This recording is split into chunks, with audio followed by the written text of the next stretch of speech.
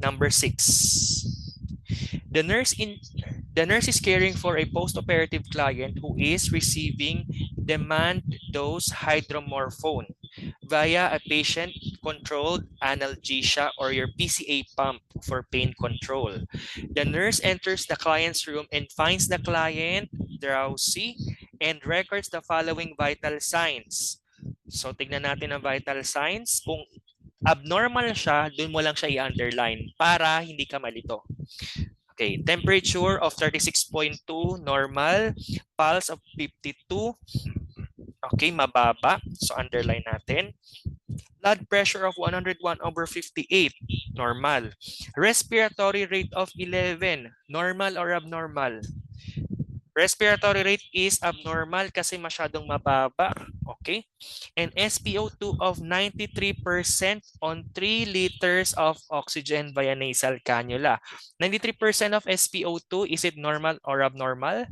That is, okay, mababa siya. Okay, so what will be your action? Okay, given this keywords here, you're giving hydromorphone. Hydromorphone is a type of pain medication.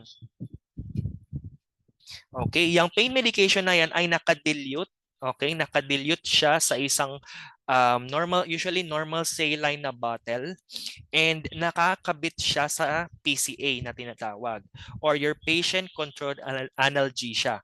So that PCA, pag halimbawa nakaramdam ng pain si patient, ipipress niya lang yung PCA para mag-deliver ng medication or pain medication through IV.